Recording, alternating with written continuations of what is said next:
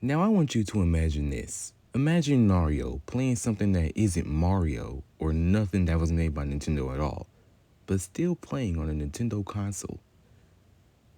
Well, that happened. Back when I was like 4, my mom got me a DSi. I had the usual games, New Super Mario Bros, Mario Kart DS, etc. But I also had other games that wasn't related to Nintendo, like a SpongeBob game and more. In this video, I'm going to be talking about games that I played in my early childhood. Like I said in my last video, which was about Super Mario Odyssey, you can go watch that if you want. You can join my new and improved Discord, link will be in the description. And also make sure to subscribe and hit that bell to get notified whenever I upload. And now, let's get into it.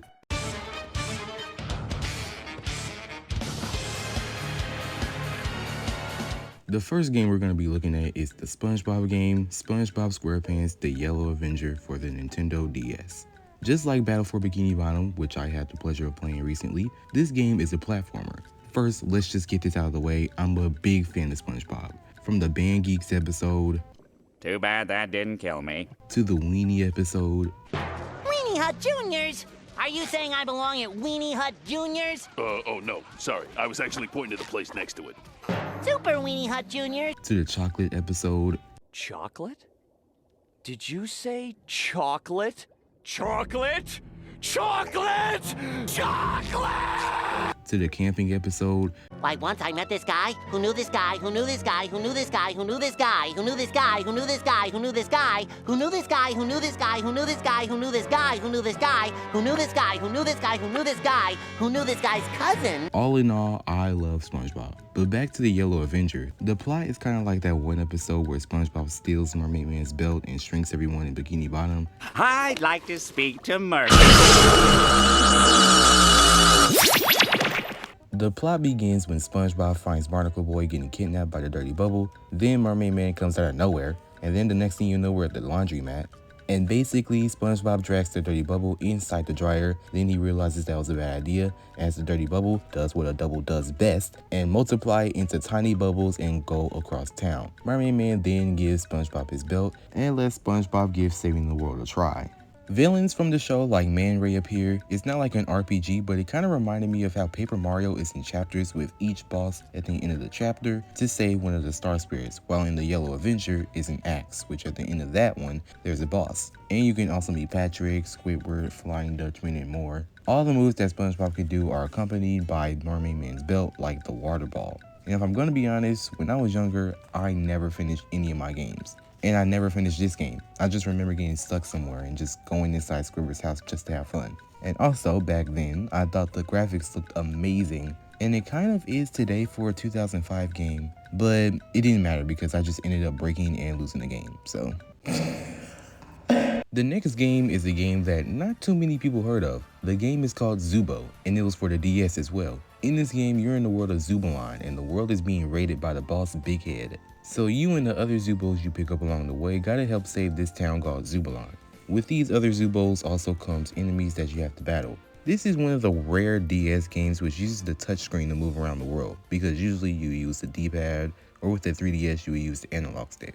Wait guys, I have my first sponsor. Yeah, this video is sponsored by... I'm just playing. This video ain't sponsored by nobody.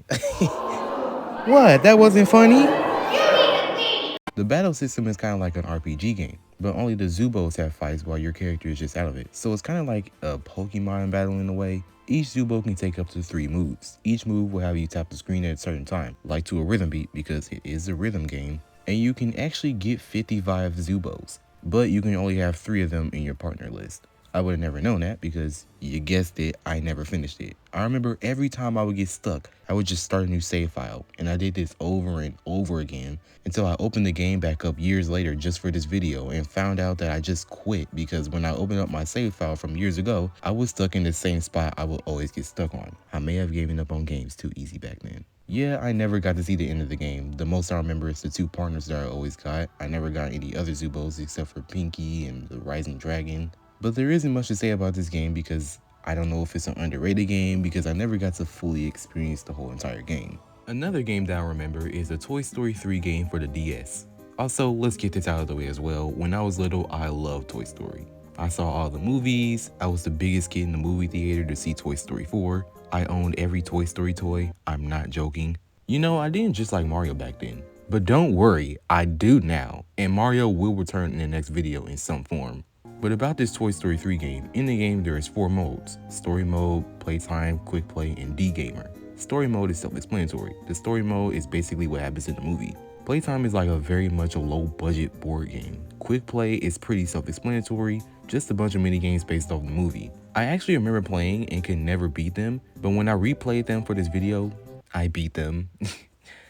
A life accomplishment. And the D-Gamer is a separate mode where you can create your own profile and do internet connections with people. I can never do it because 1, overprotective parents, and 2, I can never do it anyway because I can never connect to the internet with my DSi, and my internet was always good. And I feel like a lot of other people can relate to their DSi never connecting to their Wi-Fi. Unless it was just me. But I did create an avatar, and now I was gonna say it was good, but it's nowhere near what I look like. The hair, the eyes, the mouth, the eyebrows, it's a totally different person. And the final game we're gonna be looking at is Game Party 2 for the Wii this time. I didn't even have Game Party 1, and apparently 2 released a year after 1 did, and apparently it's the same thing, so I don't think there's a difference. Except the avatars don't look scarier as they did in 1. Oh! Somebody! Oh! He needs some milk! But all jokes aside, I do remember playing this when I was younger all the time and being interested in all these party games. The party games I remember playing are party games like Horseshoe, Puck Bowling, Bing Bag Toss, and a whole lot more.